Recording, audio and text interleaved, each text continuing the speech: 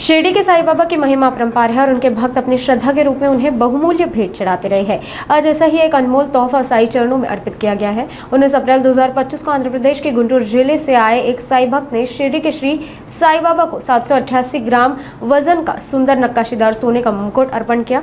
इस मुकुट की अनुमानित कीमत लगभग 68 लाख रुपए बताई जा रही है। इसके बारे में जानकारी देते हुए श्री साईं बाबा संस्थान के मुख्य कार्यकारी अधिकारी गोरक्षक गाडेलकर ने बताया कि भक्तों द्वारा दिया गया ये दान साईं बाबा के प्रति उनकी अटूट श्रद्धा और विश्वास का प्रतीक है।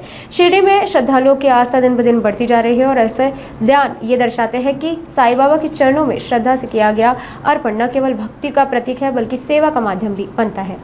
श्री साईबाबांच्या दर्शनासाठी लाखो साई भक्त जे आहेत ते जगभरातून येत असतात।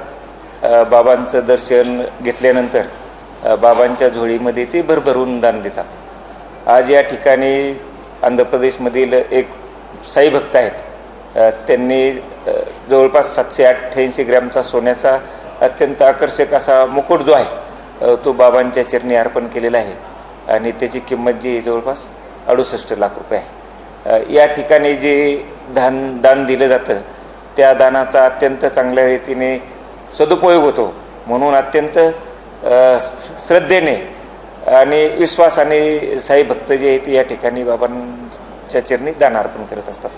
जे मुकुट या ठिकाणी अर्पण केले जातात त्यावेळी त्यांचा बाबांच्या आरतीच्या वेळेस, त्याचप्रमाणे वर्षभरामध्ये जे उत्सव होतात त्यावेळेस